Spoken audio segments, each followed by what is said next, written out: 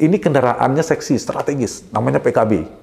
Ibarat apa ya, rumah tangga lah, sedang ilustrasinya, rumah bagus, kendaraannya bagus, semua macam, tapi pasangannya ada istilah saya triple majority. Satu Muslim yang paling besar, yang kedua adalah Jawa, yang ketiga adalah NU. NU itu banyaknya satu ke PD Perjuangan malah.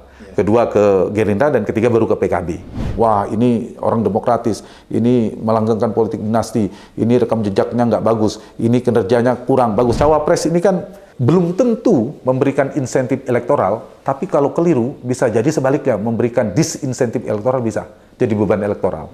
Pak Jokowi ketika Pilpres berlangsung 14 Februari itu menjadi panglima tertinggi, mengendalikan fitur-fitur kekuasaan, dan itu diperebutkan. Sekarang bukan hanya Mas Ganjar dan Pak Prabowo, yang menariknya Pak Anies juga bisa mengambil basisnya Pak Jokowi.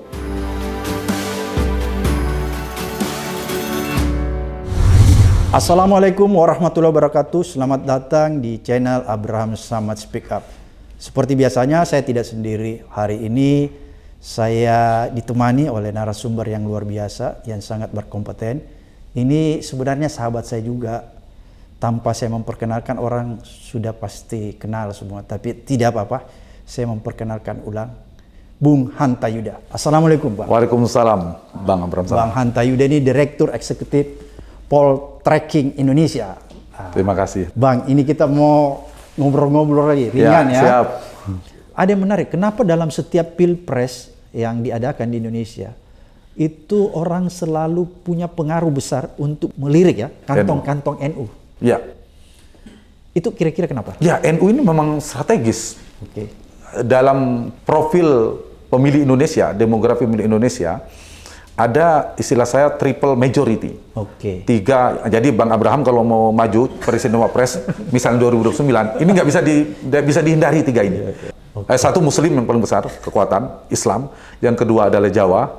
Yang ketiga adalah NU, Ormas. Terbesar, secara kuantitas dia terbesar. Kita sudah out karena kita bukan orang Jawa, Bang Hanta. Ya, nomor 2 bisa. Melengkapi. Oh, jadi begitu ya? Jadi memang selalu harus dalam hitungan ya? Iya, dan tiga ini, kalau dilihat dari sisi ini, tidak bisa dihindari. Tapi apakah mereka bisa digiring? Belum tentu. Data membuktikan bahwa pemenang Pilpres itu didukung ini. Siapapun, Pak SBY 2 kali menang, Pak Jokowi 2 kali menang, mayoritas dipilih oleh pendukung NU. Tapi bukan karena diperintahkan, wahai warga NU, belum tentu juga. Tapi yang seperti saya katakan tadi, ada Pak Abraham, ada saya, ada siapapun, pemilih rasional, tapi juga merasa bagian dari NU. Mereka bagian dari NU. Itu yang dianggap strategis tadi itu. Tapi datanya juga menunjukkan NU yang saya katakan tadi, ada ini data saya mau kasih 2004. Oke. Pilpres 2004. Kalau Pak Abraham 2014 ya, momentumnya. Hampir gitu. Kalau 2004 kita ingat ada bintang-bintang utama NU turun semua. Iya. Ketua Umum PBNU saat itu Kiai Haji Hashim Muzadi berpasangan dengan Ibu Mega. Okay. Pak Kiai Haji Salahuddin Wahid, adiknya Gus Dur, berpasangan dengan Wiranto. Yang ketiga Pak Hamzah Has, Ketua Umum P3 NU kan jelas itu. Yang keempat ya kedekatan dengan NU, namanya Pak Yusuf Kalla. Iya. Dengan SBY. Dengan SBY. Okay. Poin saya adalah yang menang adalah justru bukan tidak terlalu NU lah, kadar ke NU-annya kan nggak sekuat ketua umum kan. Iya, nah, kalau gitu ada orang mengatakan, ya wajar NU terbelah. Oke, tapi di putaran kedua siapa yang masuk? SBY JK dan Mega Hasim. Harusnya NU semuanya ke Hasim dong. Tapi nyatanya juga tidak kan. Nah, jadi belum otomatis maksud saya. Belum otomatis bahwa NU itu strategis, tapi juga preferensi pemilih NU relatif mereka otonom juga. Tidak semuanya yang bisa digiring, mengikutin arah. Nah, tantangannya siapapun capresnya, Pak Ganjar, Pak Anies, Pak Prabowo, lihat cawapresnya punya kemampuan yang efektif paling besar, menarik simpati pemilih NU itu paling besar di mana. Jadi belum tentu, sekalipun di struktural gitu. Oke, kalau kita lihat faktor Pak Jokowinya, ini menjadi faktor yang dominan atau faktor apa ini? Ini menarik. Mempengaruhi. Jadi analis politik yang sekarang, Pak Bang Abraham. Ya, Pak Jokowi kan terutama di Pak Ganjar dan Pak Prabowo ya, seringkali seperti diperebutkan. Jokowi efek Pak Jokowi. Kenapa? Saya punya analisa karena 3 hal. Karena per hari ini approval rating, tingkat kepuasan kepada Pak Jokowi itu relatif memang tinggi. Kisaran 70, 75, bahkan ada beberapa lembaga ada yang 80%. Itu hasil survei ya? Hasil survei, ya. terkonfirmasi. Di tempat saya nggak sampai 80, tapi di kisaran 74, 75, 76. Lumayan tinggi, tapi pernah turun. Kita tidak tahu perjalanan selanjutnya. Beda ceritanya, kalau approval rating tingkat kepuasan kepada Pak Jokowi hanya 50, 60, mungkin nggak mau orang dekat-dekat dengan Pak Jokowi, karena takut dapat dampak negatif gitu. Itu membuat stabilnya. Yang kedua, artinya ada pemilih ya. Kalau kita bedah pemilih yang puas dengan Pak Jokowi ini, paling banyak, kalau pemilih 2019 yang lalu itu lebih banyak ke Ganjar. Pak Jokowi kan 53%, baru ke Prabowo, baru ke Pak Anies. Tapi yang puas kepada Pak Jokowi itu lebih banyak ke Pak Prabowo dulu, baru ke Pak Ganjar, baru ke Pak Anies, selisih sedikit. Karena mungkin sama-sama menteri, karena ada kode politik dan sebagainya, itu dinamikanya. Satu itu. Yang kedua, kenapa Pak Jokowi menjadi seksi juga, punya pengaruh dalam secara politik, karena Pak Jokowi punya mesin politik, namanya relawan, non-politik. Ada partai Jokowi itu ya istilahnya ini, relawan-relawan yang bisa dimanfaatkan mesin politiknya yang dianggap teruji, bisa bertarung memenangkan 2 kali ya. Dan ini kan bisa dimanfaatkan. Dan sekarang terbukti terbelah kan, sebagian besar ke Ganjar dan juga ke Prabowo. Nah yang ketiga ini, Pak Jokowi ketika Pilpres berlangsung 14 Februari, itu menjadi panglima tertinggi, memegang kendali kekuasaan, mengendalikan fitur-fitur kekuasaan, dan itu diperebutkan. Saya tidak tahu pengaruhnya, secara langsung atau tidak langsung, itu punya pengaruh jadinya. Itu yang membuat saya kira orang berpikir harusnya sama Pak Jokowi, terutama dari Pak yang mengusung berlanjutan ya, antara Mas Ganjar dan Pak Prabowo. Lalu berpikir, Pak Jokowi kan nggak bisa berpasangan lagi, konstitusi tidak boleh.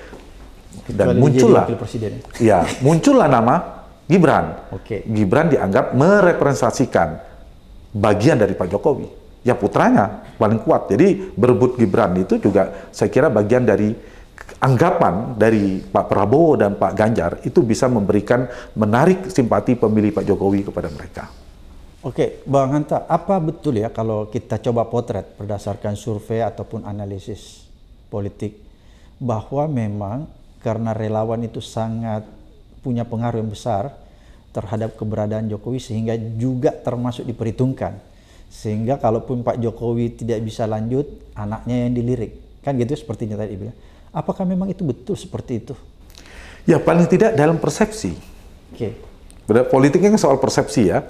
Persepsinya kan dukungan, gelombang dukungan itu persepsi. Tapi dalam realitas di bawah juga ada relawan, ada. Tapi relawannya kan terbelah juga, ada ke Ganjar, sebagian juga ada ke Pak Prabowo. Ya mesin itu apa ditanyakan pertanyaannya apakah efektif, ya tergantung. Kalau organik ya efektif. Ya kita perlu dalami. Tapi paling tidak menurut saya modalnya tidak nol lah Pak Jokowi gitu. Adalah jaringan relawan-relawan yang bisa digerakkan. Kan sebagian besar mengatakan kami tegak lurus dengan Pak Jokowi. Nah itu kan jadi bergaining, jadi daya tawar politik juga. Kemudian juga dari sisi tingkat kepuasan tadi, ditambah Pak Jokowi masih menjabat ketika Pilpres berlangsung. Jadi dinamika yang semacam ini, kondisi yang politik seperti itu ya saya kira mempengaruhi.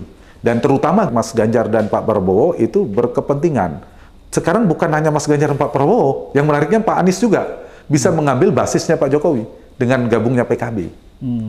Itu bisa diambil. Makanya menurut saya treatmentnya harus beda. Mas Anies tidak bisa sepenuhnya menggaungkan narasi perubahan kalau ingin mendapatkan ceruk agak ke tengah sini. Gitu. Tapi ya plus minus, yang sampai mau ngambil ini belum tentu dapat, yang itu malah pergi. Tapi bagi saya nggak pergi. Yang mengusung perubahan kalau kecewa nggak juga, mau kemana kalau nggak ke Pak Anies? Coba PKS saja. PKS kecewa nggak dilibatkan. Pertanyaan saya, PKS mau kemana kalau bukan dukung Anies? Merugikan partai. Kalau Demokrat memang dia bisa pergi ke sana kemari ya? Ada potensi. Sebenarnya sama. Kalau mau jujur, Pak AHY kan kemarin di pidatonya mengatakan kami tetap perubahan. Ya kalau perubahan kembali ke Anies dong. Nggak mungkin. Ganjar udah tegas keberlanjutan, Pak Prabowo juga udah tegas, realistis bagi Demokrat balik lagi. Tapi istilah saya ini kalau soal Demokrat, Bang Abraham, ada 3 jalan rute buat Demokrat itu. Rute tragis, opsinya pilihannya strategis dan realistis. Nah kenapa tragis? Kalau dia balik lagi, kemarin kan kecewa bilang ada diksi pengkhianatan, kalau balik lagi tragis ini. Yang kedua strategis. Kenapa saya bilang strategis? Kalau Demokrat berhasil membangun poros koalisi baru. Tapi itu tidak mungkin kan? Kecil kemungkinannya. Nah yang paling realistis gabung ke salah satu. Kalau saya menangkap analisisnya Bang Hanta ini, jadi saya bisa simpulkan bahwa kelihatannya memang hanya 3 kekuatan yang akan bertarung. Pak Prabowo, Pak Ganjar, dan Pak Anies. Ya, per hari ini terkuatnya Bang Abraham, Ya. tiga poros. Kalau tiga tadi ya petanya udah jelas, tinggal siapa tarung masuk putaran kedua. Semua masih kompetitif, Mas Anies, Mas Ganjar, Pak Prabowo bisa masuk putaran kedua, nanti siapa yang bertarung di putaran kedua. Yang paling besar sekarang 3 poros, tapi bisa 2 poros, dengan kondisi masing-masing. 2 poros yang bertarung siapa? Opsi pertama, saya yang pertama dulu, kalau Anies gagal akhirnya, gagalnya itu bisa dari PKB atau dari Nasdem. Dari PKB, kenapa? Karena lihat track record. Langkah kudanya Caimin dan PKB yang sudah 1 tahun lebih bersama Pak Prabowo nggak setia kan? Jadi jangan dulu. Jadi kemungkinan besar Caimin ini masih bisa lari ke sana kemari. Sebelum janur kuning melengkung, peristiwa politik masih banyak, Bang Abraham, menurut saya. Jadi, karena ada tabiat ketidaksetiaan ya? Ya paling nggak ada rekamnya, harus hati-hati. Makanya harus setia sampai akhir, saya bilang tadi. Atau yang kedua ada dinamika di internal PKB. Atau bisa jadi dari Nasdemnya. Dalam perjalanan 1-2 bulan ini sebelum pendaftaran, ternyata Mas Anies tergerus, elektabilitasnya makin turun. Misal, ini kan pengandaian. Kemudian Mas Anies makin turun, Pak Surya dan Partai Nasdem kan punya kalkulasi politik. Waduh, makin susah ini. Mendongkrak partai juga. Enggak, menangnya sulit. Bisa jadi terkoreksi. Mas Anies gagal. Akhirnya yang bipolar, 2 polar yang bertarung, Ganjar dan Prabowo. Tapi bisa sebaliknya. Bipolar yang kedua, justru sebaliknya, Anies ternyata menguat tak terbendung. Dia elektabilitasnya naik, didukung oleh berbagai macam kekuatan politik baru. Anies versus, nah ini yang kedua, memaksa 2 poros yang dekat dengan Pak Jokowi ini, porosnya Ganjar dan poros Prabowo, terpaksa atau dipaksa harus bergabung. Karena Anies kan kuat sekali, mereka harus bergabung, jadinya Prabowo Ganjar atau seperti apa, atau Prabowo Puan, atau Prabowo Gibran, Gibran merepresentasikan PDIP, atau sebalik, atau seperti apa. Nah, mereka membentuk satu kekuatan berhadapan dengan Anies. Nah, kalau ini jelas nih perubahan dan keberlanjutannya. Ini kan tadi kalau kita bicara narasi perubahan, apakah narasi perubahan itu adalah simbol Anies Baswedan, atau narasi perubahan itu adalah simbol dari visi koalisi partai itu? Tidak bisa dipisahkan. Ini kan saya bicara politik ya, persepsi. Dalam narasi koalisi, dalam persepsi paling kuat itu adalah yang dibangun oleh partai di luar pemerintahan. Atau sederhananya begini, ya pasti sebagian politisi mengatakan tidak bisa perubahan, kan kita berlanjutan juga. Yang keberlanjutan bilang kita berlanjutan juga perubahan juga. Ini persoalannya yang puas dan tidak puas. Cara berpikir linear gampangnya preferensi pemilih, yang puas dengan kinerja Pak Jokowi, dia akan mengoreksi ingin keberlanjutan. Kalau ternyata tidak puas dengan kinerja pemerintah, itu mayoritas cenderung ingin perubahan. Nah, yang di luar pemerintahan, satu narasinya perubahan, yang kedua memang berjarak dengan pemerintah, mereka di luar pemerintahan kan, yaitu yang punya simbol koalisinya ada Demokrat dan PKS. Nasdem sekarang juga masuk di sana, meskipun masih dalam pemerintahan. Ini ada barisan mesin politik perubahan dari sisi partainya. Nah, yang ketiga, basis ceruk pemilihnya. Tadi yang saya katakan di awal, ceruk pemilih utamanya adalah yang tidak puas dengan kinerja pemerintah. Jadi kira-kira sederhananya, suatu saat kalau kinerja Pak Jokowi turun, larinya ke sini nih. Semakin nggak puas, gesernya ke sini. Lalu simbol figurnya, Pilpres kan figur, ini kan mesin politik kan dipileg. Nah, ketika di figur itu yang terkuat merepresentasikan, dianggap sebagai ikon perubahan itu simbol perubahan itu Anies Baswedan. Jadi kalau saya ditanya, nah makanya tadi kembali ke diskusi kita di awal, Bang Abraham, ini sepertinya kekuatan perubahan bukan tercerai-berai ya, terpolarisasi. Kalau menginginkan ternyata ingin melakukan konsolidasi, ya agak sedih sedikit karena terpolarisasi tadi. Nah, akhirnya kan rebutan, ini punya kami, kata Partai Demokrat, kata Nasdem, ya punya kami. Dan paling ideal mereka bersatu memang, paling ideal. Jadi narasi perubahan itu, ya 3 hal, memang visinya ya soal pemilih tadi berada di mana. Kedua, kemudian kalau ditanya, kalau kita disurveikan sederhana, yang kayak kalian, yang Bapak Ibu semua anggap bagian dari perubahan dan seterusnya akan keluar pasti partai-partai itu. Partai yang saya sebutkan tadi, dan kalau figur adalah Anies Baswedan. Nah, inilah nanti ujian bagi Pak Anies, sekaligus pekerjaan rumah bagi Pak Anies itu, apakah makin kekeh mengusung perubahan, sementara basis baru yang mau potensial mau diambil ini ikan-ikannya, kalau mancingnya umpannya beda, harus sama lah seleranya itu. Mereka, saya ingin menyampaikan datanya, pemilih PKB yang sebagian besar NU itu tidak berjarak diametral dengan Pak Jokowi. Berkelanjutan. Dia cenderung ya, tidak semua, tidak cenderung. Harus berdamai, tanda petik ya, punya strategi. Sama dengan AHY dan Demokrat sebaliknya. Pengen dekat dengan yang keberlanjutan, tapi masih teriak juga perubahan. Jadi ini udah Cak Imin cukup mengacak anomali ya, anomali mengacak peta politik. Tapi ya tadi kesimpulannya saya melihat potensi terbesar kita di tripolar, 3 poros, 3 kutub. Dengan capres, pertanyaannya apa pembentuk kutub itu? Capres. Magnet utamanya, magnet capres, elektabilitas capres. Tidak, itu terulang pola 2019, 2024 kan SBY membentuk poros karena elektabilitas. Sekarang karena Anies, Ganjar, Prabowo. Ini bisa 2, kalau ada dinamika yang seperti saya katakan tadi, tapi juga bisa 4, tapi kecil sekali. Yang terbesar tendensi peta politik hari ini adalah 3 poros, 3 polar. Dan kemungkinan besar bisa diprediksi Pilpres kita berlangsung dalam 2 putaran. Capres terpilih, pasangan terpilihnya baru bisa kita temukan di bulan tanggal 26 atau 25 ya, Juni 2024. Masalah politik terkini, ini kan kita tiba-tiba kayak dikejutkan ya. Kenapa saya katakan dikejutkan? Karena sebelumnya kita tidak pernah mengira. Tiba-tiba koalisi perubahan itu menarik. Atau boleh dikatakan terjadi perubahan yang sangat drastis. Tadinya kan orang menduga-duga koalisi perubahan ini aja Nasdem, Demokrat, kemudian PKS. Tiba-tiba masuk PKB. Ini membuat kita terkejut semua. Kira-kira apa yang terjadi nih, Bang? Ya, mungkin kita mengistilahkannya ini dinamika langkah kuda. Dua partai yang sedang melakukan langkah kuda, membuat kejutan di publik. Pertama PKB, kedua Nasdem dan Mas Aniesnya memilih cawapres yang namanya di luar prediksi yang tidak pernah dimasuk radar mereka sebutkan. Nah, situasinya Bang Abraham, satu kita tahu antara Nasdem dan Partai Demokrat ini kan sejak awal memang sulit dipersatukan soal nama cawapres. Kita tahu Partai Demokrat kan harga mati lah katakanlah, harus AHY. Kalau Nasdem kira-kira kemungkinan bukan AHY, pengen memperkuat, melengkapi, komplementer dengan Anies Baswedan dan dicari kekuatan NU. Ada kalau bisa Jawa Timur. Tapi yang disebut-sebut adalah Khofifah. Kan nggak, titik temunya kan tidak ada nih, belum ada. Titik krusialnya di sana. Nah, di saat yang sama di seberangnya ada PKB. Meskipun sebelum sedang bersama Pak Prabowo, tapi mereka juga punya cita-cita yang kuat ingin menjadikan Pak Muhaimin harus masuk ke kertas suara di Pilpres nanti. Harus jadi cawapres. Nah, begitulah dinamikanya kemudian akhirnya Anies dan Nasdem memutuskan bersama PKB. Nah, klop kan ketemu. Dan di sana saya melihat pertimbangan, terutama Nasdem ya, inisiatif pemilihan PKB, ada 3 pertimbangan.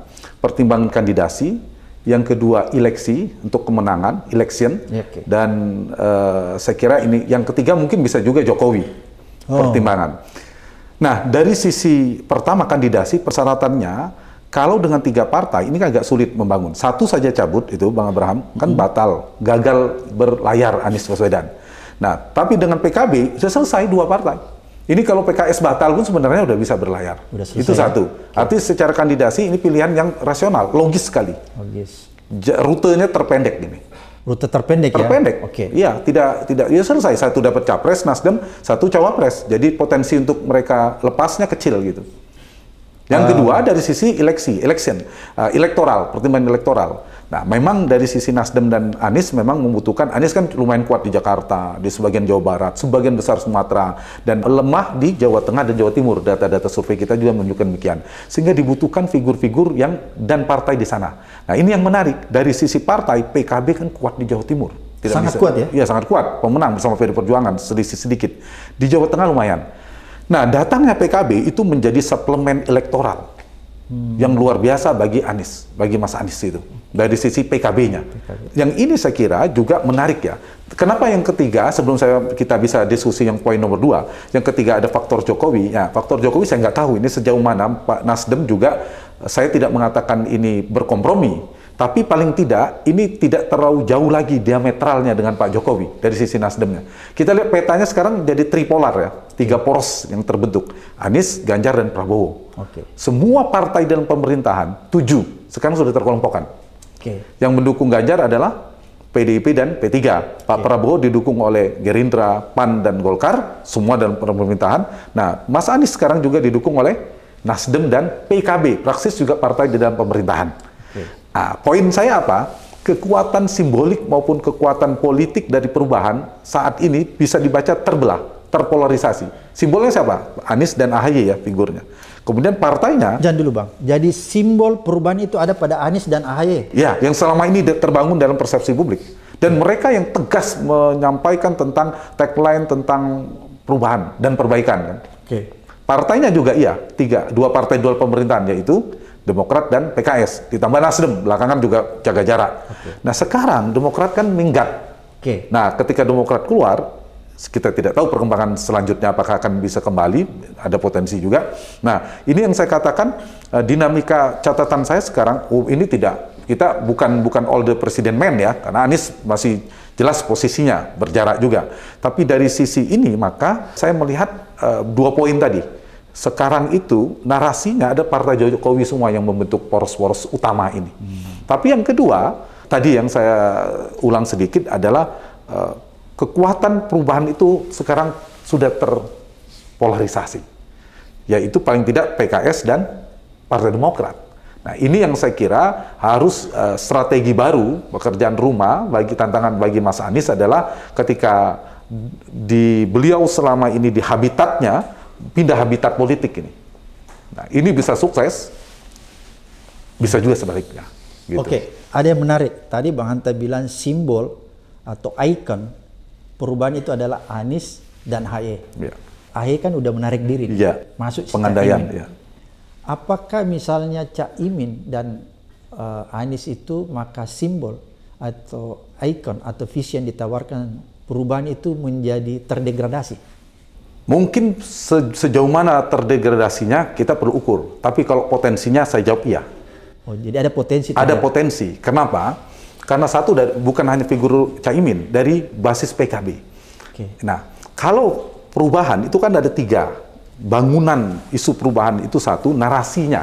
Narasinya kan perubahan, bukan keberlanjutan. Yang kedua, mereka memang sudah dengan tegas memberikan berjarak dengan pemerintahan dan diametral. Yang ketiga, basis utama ceruk segmentasi pemilihnya yang disasar adalah yang tidak puas dengan kinerja Pak Jokowi tentunya, dengan pemerintah. Ya, ditambahlah ada yang puas. Nah, poin saya, ketika PKB masuk, PKB ini ada basis yang mayoritas berdasarkan data survei juga, adalah basisnya Pak Jokowi. Sebagian besar yang puas dengan kinerja Pak Jokowi. NU dan PKB ini. Itu basisnya PKB ya? Iya, itu yang menjadi tantangan Mas Anies maksud saya. Apakah harus tegas dengan isu perubahan yang seperti sebelumnya, atau harus berkompromi, ada titik tengah, ada plus minusnya memang. Ada kemungkinan mengambil basis Pak Jokowi dong. Kalau gitu secara berpikirnya, Mas Anies bisa mengambil basis Jokowi, iya dengan posisi ini kalau berhasil. Tapi juga bisa sebaliknya, menimbulkan ketidaksetujuan yang akhirnya tidak bisa dikonversi secara elektoral juga, tidak bisa ditarik gitu. Nah beda kalau misalnya di habitat lama, ada plus minusnya, yaitu perubahan semua. Kalau Anies berpasangan dengan AHY, ini misal saja ya, ada PKS, ada Demokrat dan Nasdem seperti yang sebelumnya. Kejadian itu, kemudian di suatu perjalanan approval rating, tingkat kepuasan pada Pak Jokowi turun, entah isu BBM dan sebagainya, itu berbahaya, bisa seperti DKI itu. Kekuatan perubahan terkonsolidasi. Nah sekarang kekuatan perubahan terpolarisasi. Poin saya di situ itu. Paling tidak, saya nggak tahu, paling tidak yang ya agak-agak inilah. Jadi sedikit. Dia tidak terkonsolidasi ya, tapi terpolarisasi. Terpolarisasi sebaliknya, terpendar ke beberapa kekuatan. Apalagi isunya misalnya Demokrat pindah ke Mas Ganjar atau ke itu udah apa petanya berubah begitu. Oke, sebenarnya ada yang menarik saya analisis ya, Bung Hanta, bahwa kalau misalnya Anies mengambil AHY, itu berarti dia ikut melanggengkan politik dinasti. Ya. Itu. Begitu pula misalnya Prabowo mengambil Gibran, dia melanggengkan politik dinasti. Dan kita tahu bahwa politik dinasti itu merusak demokrasi. Seperti itu mungkin. Tolong saya diluruskan kalau salah. Apakah itu juga menjadi salah satu faktor pertimbangan-pertimbangan yang masuk dalam pertimbangan Anies di koalisinya? Mungkin itu bisa iya ya, tapi menurut saya Bang Abraham mungkin tidak determinan ya, tidak terlalu kuat faktor itu ya, karena apapun di sana ada faktor kesepakatan, konsensus saja tidak tercapai antara Nasdem dan Partai Demokrat, bahwa ada potensi persepsi negatif, ya itu tidak bisa dihindari, melanggengkan politik dinasti dan seterusnya. Nah, jadi menurut saya dalam konteks seperti ini maka yang paling kelihatan, menurut saya begini, yang terkaget-kaget itu hari ini tidak hanya PKS dan Demokrat, bisa jadi jangan-jangan Mas Anies juga termasuk yang terkaget-kaget. Kok cawapres saya akhirnya Caimin. Kemarin ya, kalau hari ini nggak lagi tentunya. Dan kalau terkaget-kaget begitu, apakah itu bisa diartikan semacam kawin paksa? Kalau Pak Sudirman Said ya, kalau tahu siapa yang mengatakan soalnya Mas Anies bukan ketua partai, tidak punya partai. Artinya kendali partai itu bukan di Mas Anies. Ada dilema yang dihadapi Mas Anies, tidak keliru sepenuhnya Mas Anies. Kan tidak semuanya sesuai kehendak kita ya, Bang Abraham, apalagi di politik, dalam kehidupan sehari-hari juga begitu. Nah, yang paling ideal begini, tapi realitasnya kalau misalnya bersama dengan AHY, didukung oleh Partai Demokrat, PKS mungkin ikut, Nasdem meninggalkan Mas Anies. Padahal Nasdem ada perahu utama yang mengikuti Mas Anies. Dan PKS dan Demokrat itu nggak cukup kalau Nasdem menarik diri, tidak setuju wakilnya AHY. Gagal Anies maju. Tapi dengan pilih begini, Nasdem, Pak Surya mengajak PKB, apapun ini secara mesin politik kandidasi pencalonan Mas Anies bisa ada potensi bisa berlayar. Dan saya kira ini pilihan rasional. Cuma saya mengatakan ini kendaraannya seksi, strategis, namanya PKB. Ibarat rumah tangga lah, sedang ilustrasinya, rumah bagus, kendaraannya bagus, semua macam, tapi pasangannya. Jadi tantangan ujiannya Mas Anies ini pasangan untuk membangun keluarga sakinah mawaddah warahmahnya itu, istrinya itu. Nah, ada potensi ya, tapi saya tidak mengatakan potensinya buruk semua. Ada ujian yang harus dihadapi. Artinya secara elektoral di Pilpres itu bukan pertarungan mesin politik. Bukan pileg kan, tapi pilpres, pertarungan figur. Ada kendaraan strategis nama PKB, tapi ada Pak Muhaimin yang secara elektoral, elektabilitasnya belum begitu kompetitif. Meskipun saya prediksi ini akan naik Caimin, terdongkrak oleh Mas Anies. Cuma Mas Aniesnya ini, apakah terbantu juga gitu, akan naik gitu. Nah, sehingga dari sisi ini menurut saya, ada faktor masuk ke rute atau fase normalisasi. Nah, fase normalisasi persepsi namanya. Nah, kejutan ini kan bisa negatif, bisa positif. Nah, nanti diuji sebulan kemudian, udah itu faktor Caimin udah tidak menjadi variabel determinan lagi kalau bisa masuk ke zona atau fase normalisasi tadi itu. Mas Anta, tadi itu kan dengar-dengar bahwa kalau AHY itu Nasdem bisa keluar kan? Iya. Itu perkiraan atau analisis Bang Hanta Yuda? Analisis dan mungkin sering ketemu seperti Bang Abraham, elit politik, orang petinggi-petinggi di partainya masing-masing. Ya kita kan berkomunikasi ya, ada diskusi dan sebagainya yang offline lah tentunya. Ya itu ada faktor saya kira. Dan ya tidak mungkin lah kita berharap Nasdem dengan tegas mengatakan kami tidak mau AHY, kan nggak mungkin. Gitu. Jadi saya kira ada titik krusial yang tidak bisa dipertemukan di antara dua partai itu. Dan dari sisi pertarungan politik, dari sisi ini kita kan nggak bisa baperan kan di dalam politik. Tapi ya memang paling tidak jalan ini ya Nasdem yang unggul dalam dinamika internal ini yang megang kendali. Dan secara kotel efek Korjas ini menguntungkan Nasdem dan PKB. Karena Anies terasosiasi kuat ke Nasdem, brand connection-nya, brand association-nya ya ke Nasdem. Jadi Nasdem potensi kalau bisa terus bersama Anies, kemudian PKB tentu juga Caimin. Nah, kalau dari sisi pemilu legislatif ini tepat sekali. Dua partai ini punya figur yang dikejar-kejar partai kan ini kan, supaya punya figur yang terrepresentasikan, terasosiasikan sebagai capres atau cawapres. Mereka punya dapat dampak insentif secara elektoral. Tapi secara pilpres belum tentu yang saya katakan tadi, karena pertarungan figur ada faktor demografis, ada faktor geografis. Potensi Caimin iya sampai bahwa beliau basisnya dari Jawa Timur dan Jawa Tengah. Beliau juga misalnya bisa melengkapi dari sisi demografis yang NU dan sebagainya. Tapi juga pertanyaannya sekuat apa pengaruh seorang Muhaimin Iskandar bisa membawa suara NU itu menjadi pertanyaan selanjutnya. NU kan besar kan? Rumah besar ya? Rumah besar. Orang merasa bagian dari NU itu 50% di data kita dan beberapa lembaga survei. Tapi 50% itu, Bang Abraham, tidak semuanya ke PKB, jangan lupa.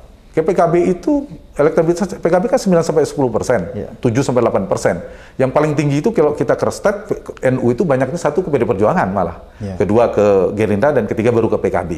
Nah, kalau masuk lagi, ada pemilih rasional, sosiologis, dan psikologis. Pemilih sosiologis yang memilih karena kesamaan agama, persamaan ormas, itu juga tidak semuanya kan memilih. Ada yang memilih karena, oh saya senang Pak Abraham karena berintegritas, karena punya rekam jejak. Itu kan pemilih rasional, meskipun dia NU.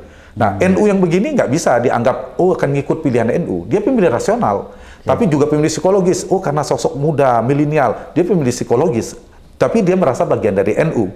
Ada yang benar-benar murni dan memilih, oh karena sama-sama NU. Itu pemilih sosiologisnya. Artinya kan tergerus lagi NU yang besar tadi. Ditambah satu lagi. Dari sisi NU ada struktural, ada kultural kan. Kiai-kiai kultural, ada struktural, terbelah lagi. Sampai pada tokoh-tokohnya, ada Pak Muhaimin, ada Mbak Yeni, ada Bu Kofifa, ada Pak Mahfud MD, ada Gus Yahya, ada Pak Sail Agil Sirot. Nah, ini juga seperti apa bisa mengkonsolidasi. Kalau misalnya dengan bergabungnya Caimin, membuat Mbak Yeni kecewa, Mas Anies harus punya pekerjaan rumah begitu. Ada yang bertambah, ada yang datang, dan ada yang pergi nih. Dalam fase ini. Jadi menarik ya, ada yang datang, ada yang pergi. Tinggal kita lihat persentasenya, apakah yang datang lebih banyak mana?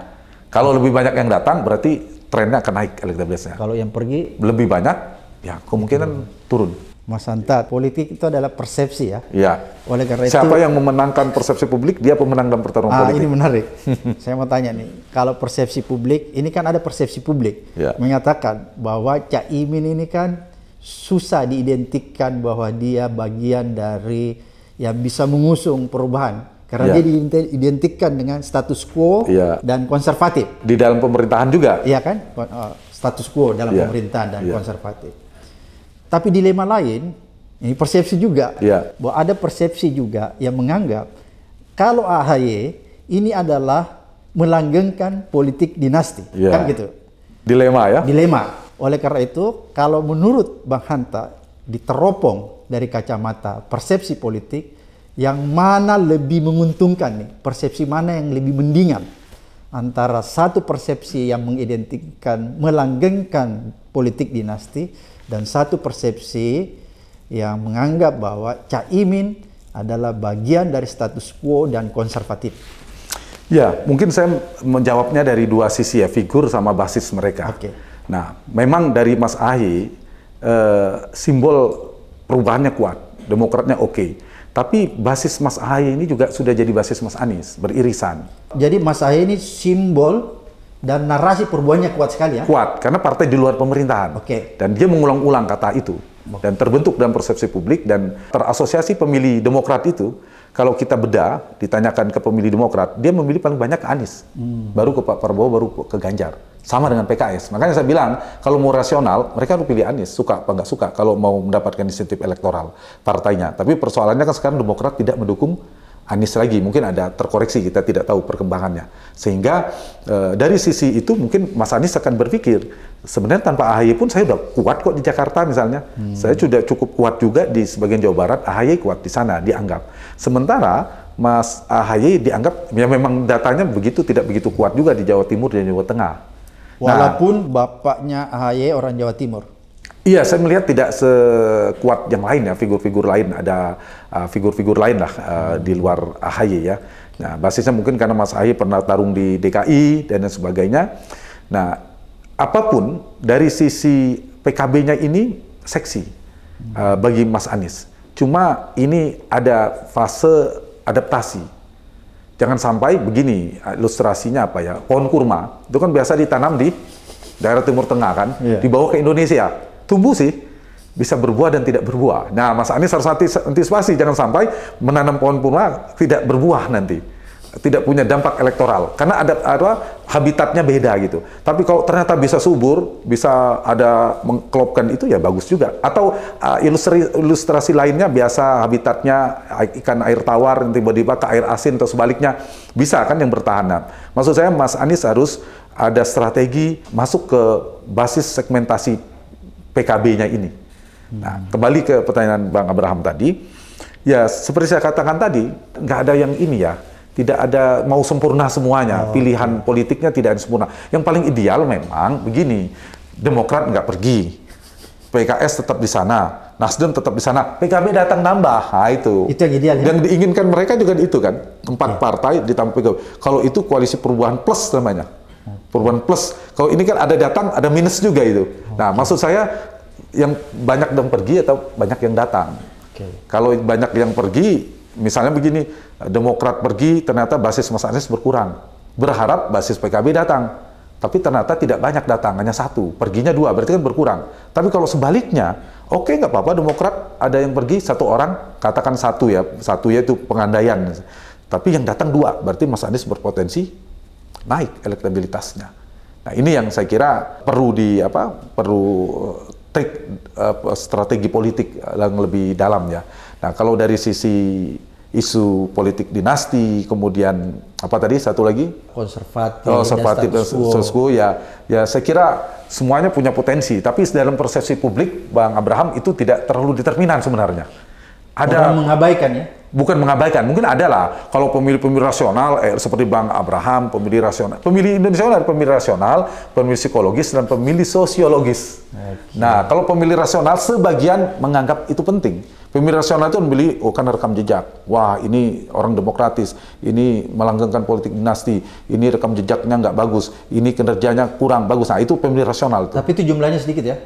Iya, setiap daerah beda-beda. Tapi di Indonesia, ya terbagi relatif hampir merata. Oke, kalau dalam potret Indonesia dia berapa persen tuh pemilih itu? Di beberapa provinsi, misalnya di Jawa Tengah kami pernah survei berulang-ulang, di sana lumayan cukup tinggi ya, sampai 40-50%. Kemudian secara di Indonesia, kalau data kami terakhir itu kisarannya tidak jauh beda ya, antara yang ini 30-40%, kemudian ada 30%, sisanya 20-25% pemilih psikologisnya.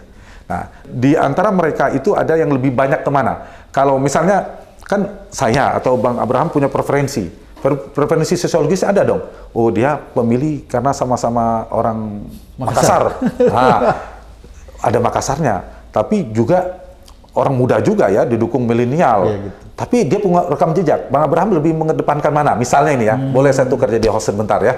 Nah, Bang Abraham lebih mengutamakan orang ini rekam jejaknya, atau karena sama-sama daerah? Kalau saya sih rekam jejak. Nah, ini pemilih rasional, itu maksud saya. Udah jelas. Kalau tanpa dijawab pun saya udah tahu sebenarnya jawabannya. Jumlahnya sedikit ya? Jumlahnya tidak banyak. Ya, kalaupun jawaban saya tidak paling banyak. Kalaupun iya, dia merata. Artinya kan hanya sepertiga. Jadi pendekatan-pendekatan ini yang saya kira setiap capres itu harus punya strategi pendekatan yang berbeda, mesin politik yang berbeda, isu yang berbeda untuk pendekatan ke pemilih sosiologis, pemilih rasional, dan pemilih psikologis, psikologis. Nah, kita bicara NU, ya dia ngikut Kiai, nah itu pemilih sosiologis. Karena sama daerah, karena sama seorang Jawa, karena sama-sama NU, itu pemilih sosiologis. Banyak nggak? Banyak, lumayan. Waktu di Jakarta, pemilu DKI lumayan itu angkanya. Oke, Bang Hanta, ini kan menarik. Kalau kita lihat ini Mas Anies dan Cak Imin adalah paket yang duluan. Ya, yang lain masih mencari-cari nih. Prabowo, Ganjar masih mencari-cari pasangan. Tapi ini udah muncul deh, udah deklarasi walaupun belum resmi ya. Apa keuntungan daripada mereka yang duluan daripada yang belum? Ya, keuntungan bagi kita dulu ya, publik, bagus, makin cepat makin bagus. Kayak demokrasi kita maju, kita punya waktu untuk membuka rekam jejak. Pemimpin rasional pasti suka itu. Saya menduga akan ada efek kejutnya ini. Kemungkinan ya naik seperti apa kenaikannya, ada potensi naik gitu. Dan itu positif, dan kita mengapresiasi Nasdem di pilkada sering lebih awal juga. Termasuk mendukung Pak Jokowi, itu kelebihannya. Lebih responsif. Ya, lebih cepat kalau kata Pak JK lebih cepat lebih baik gitu. Nah, jadi semakin ada waktu, tapi juga ada kesempatan risiko bagi lawan politik membidik. Ibarat main catur kan, kalau yang hitam udah enak kan, putih jalan dulu, dia bisa ngatur strategi kan. Nah, jadi mereka sedang menimbang-nimbang siapa yang dikeluarkan. Ganjar kan timnya, oh ini aja deh, karena PKB udah basis Jawa Timur, kita cari yang Jawa Barat atau yang tengah atau apa gitu. Nah, itu dari sisi itu sudah bisa diteropong oleh lawan kelemahannya. Tapi jangan lupa, kalau ada masalah kan semua ada potensi. Pemilih Indonesia itu jangan lupa karakternya pemaaf dan lupa ingatan. Pendek ingatan, bukan lupa ingatan. Pendek. Amnesia. Ya, pemaaf mungkin tepatnya ya. Saya pakai bahasa sarkasme, amnesia. Dan ini politik. berbahaya. Nanti seperti yang terjadi di Filipina. Ketika yang terpilih adalah Marcos Junior yang berpasangan dengan anak Duterte. Itu kan seolah-olah publik Filipina mengalami amnesia. Karena kenapa amnesia? Kan di Filipina orang tahu tuh siapa si Marcos. Tiba-tiba kok dia masih mau memilih terah Marcos. Kira-kira nggak seperti itu Indonesia? Kan tadi Bang Hatta bilang amnesia nih. Iya, jadi kalau ada masalah dari strategi politik, wakilnya ada potensi, ada ini, keluarkan di awal. Yang bahaya itu tinggal seminggu, tinggal sebulan, tinggal 2 minggu, seperti tsunami politik, ada ledakan politik. Nah, itu yang bisa kewalahan. Bisa terdegradasi elektoral, elektabilitasnya. Tapi kalau 6 bulan sebelum sudah dikeluarin dulu, nanti 3 bulan lagi, udah orang udah paham. Ada udah masuk zona normalisasi istilah saya tadi. Jadi kalau ada masalah-masalah potensi ya dalam politik, bukan masalah dari sisi politik itu ada potensi beban elektoral dikeluarkan lebih awal supaya orang sudah mahfum. Ya saya istilahkan pemilih Indonesia menganggap oh ya nggak jadi masalah lagi. Sudah memaklumi. Ya, paling nanti daur ulang kan banyak nanti isu-isu daur ulang sudah memaklumi. Ya sebenarnya juga masih oke untuk bertarung di bagian akhir di belakangan. Nah ini yang saya kira masing-masing punya strategi ya dari sisi itu. Tapi memang lebih dari sisi strategi taktiknya untung juga buat yang belakang. Bisa melihat kekuatan. Bisa melihat kekuatan. Tapi yang belakangan ini ada 2 kemungkinan, memang strategi atau memang belum bisa menentukan wakil. Nah, dari sisi Ganjar dan Prabowo menurut saya memang tidak sulit menentukan. Memang dari sisi mereka tidak membutuhkan untuk segera, beda dengan Mas Anies. Mas Anies memang harus segera. Masih tarik-menarik ya? Iya, harus segera supaya ada kepastian kapal, kendaraan. Mas Anies penting itu. Nah, dari sisi Pak Prabowo dan Mas Ganjar bisa jadi memang ada 2 hal. Satu memang kebutuhannya tidak mendesak untuk segera diumumkan. Kedua memang belum bisa untuk diumumkan cepat. Ada tarik-menarik tadi. Ya, dari sisi Mas Ganjar ada 4 nama kata yang paling kuat. Ya. Kemudian di sisi Pak Prabowo kata ada nama Pak Erick Thohir yang menguat, tapi Pak Erlangga juga ada Golkar menginginkan. Belakangan ada Mas Gibran. Di Pak Ganjar juga begitu, ada nama Andika, ada nama Pak Mahfud, ada Sandiaga Uno, ada Ridwan Kamil dan sebagainya, termasuk Pak Erick Thohir. Nah, di situ saya kira tidak mudah buat mereka untuk menentukan nama gitu. Karena cawapres ini kan belum tentu memberikan insentif elektoral, tapi kalau keliru bisa jadi sebaliknya memberikan disinsentif elektoral, bisa jadi beban elektoral. Jadi dia belum tentu ya. Belum tapi tentu. kalau fatal juga. Iya, karena orang tetap preferensi pertamanya ke capres, Bang Abraham. Baru wapres itu membantu ya. Kalau capresnya sudah sangat kuat, ya tidak perlu cawapres tidak menjadi variabel penting. Tapi problemnya sekarang capres kita ini kan tidak ada yang menjulang kuat sendiri 50%. Ya masih kompetitif antara 3 orang ini, Pak Prabowo, kemudian Pak Ganjar dan Pak Anies. Nah karena kompetitif, variabel cawapres menjadi memang penting. Pentingnya itu apa? Jangan sampai menjadi disinsentif tadi, justru berpotensi mendegradasi, merosot elektoralnya, elektabilitasnya. Ya syukur-syukur menaikkan. Nah kalau nggak sanggup menaikkan, ya flat dah, melengkapi, ya bikin stabil saja. Kalau Caimin, apakah dia menjadi faktor yang bisa memberikan insentif elektoral ke capres Anies? Untuk Pak Muhaimin saya melihat punya potensi kedua-duanya. Punya potensi kedua-duanya. Yang pertama? Ya potensi meningkatkan dan bisa menjadi sebaliknya buat Pak Anies. Ya. Tapi dari sisi elektabilitas, kalau simulasi cawapres, saya sih menduga, nanti kita lihat ya, ada banyak lembaga akan mengukur tentunya, saya melihat Caimin akan naik elektabilitasnya sebagai cawapres. Karena terdongkrak oleh Pak Anies.